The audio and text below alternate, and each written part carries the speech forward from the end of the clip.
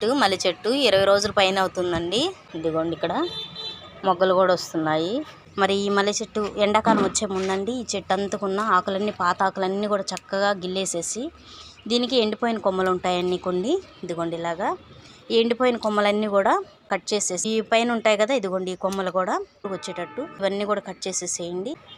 చూసారా, నిజంగా ఈ చెట్టు ఎక్కువగా మంచి మొగ్గలు రావాలన్నా, పూలు ఎక్కువ బాగా పూయాలన్నా, మంచి స్మెల్ రావాలంటే ఒకటి చేయాలండి. ఎండిపోయిన చేపల నీళ్ళు కానీ, పచ్చి చేపలు మనం తెచ్చుకున్నప్పుడు కడుగుతాం కదా, ఆ కడుగు నీళ్ళు కానీ పారపోయకుండా వేస్ట్గా దీంట్లో పోయొచ్చండి. ఈ చికెన్ కడిగిన వాటర్ నేను ఇదిగోండి ఇలా పోస్తున్నాను.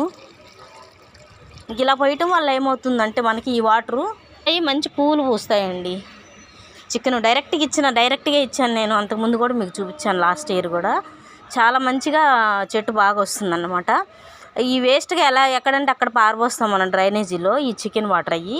అలా కాకుండా ఇలా తీసుకోండి, తప్పకుండా మల్లె చెట్టు మంచి పూలు పూస్తాయి. ఆ చెట్టు నిండా కాపు వస్తుంది, మంచి స్మెల్ వస్తుంది అన్నమాట.